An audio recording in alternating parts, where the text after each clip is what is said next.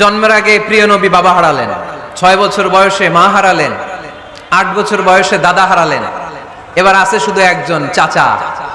এমন চাচা বাবার চেয়েও বেশি আদর করে বিষ্ণু ইসলামকে লালন পালন করলেন।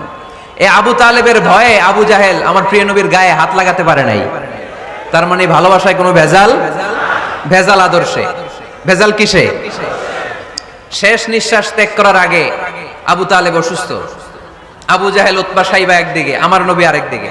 আমার প্রিয় নবী বললেন, চাচা আজীবন আপনি ছাতার মতো আমাকে আশ্রয় দিয়েছেন, আজীবন আপনি বাবার মতো কোলেপিঠে করে মানুষ করেছেন, একবার শুধু আমার কানে কানে বলেন লা ইলাহা ইল্লাল্লাহ মুহাম্মাদুর, বাকিটা আমি আল্লাহর সাথে বুঝে নেব।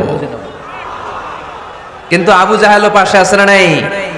আবু জাহেল কয় না, আবু তালেব খবরদার, আজীবন যে শিরকি ধর্মের উপরে ছিল ওইটার উপরেই থাক, বাপ দাদার ধর্মে চুনকালি মাখিস না।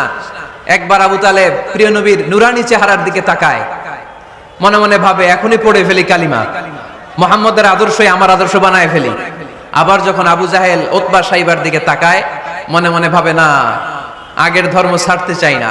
এই দোটানা অবস্থা থেকে শেষ নিঃশ্বাস ত্যাগ করার আগে আবু তালেব এটা বলে মারা গিয়েছে, আলা মিল্লাতি আব্দুল মুত্তালিব, আমি আব্দুল মুত্তালিবের শিরকি ধর্মের উপর থেকে শেষ নিঃশ্বাস ত্যাগ করলাম। তার মানে আল্লাহর দেয়া বিধান অনুযায়ী সে জান্নাতি না জাহান্নামী? শুধু যে নবীরে ভালোবাসছিল কোনো কাজে আসছে? কথা বলেন। তাহলে শুধু ভালোবাসা আমারে বাঁচাতে পারবে না, নবীর ভালোবাসার পাশাপাশি আমার নবীর আদর্শ জীবনে থাকার দরকার আছে না নাই?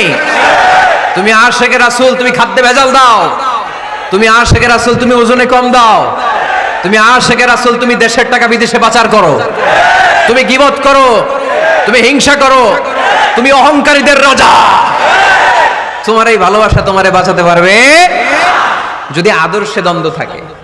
আমরা আল্লাহ রাসূলকে ভালোবাসি, রাসূলের আদর্শও মেনে নিয়েছি, কারণ আমার নবীর আদর্শই আমার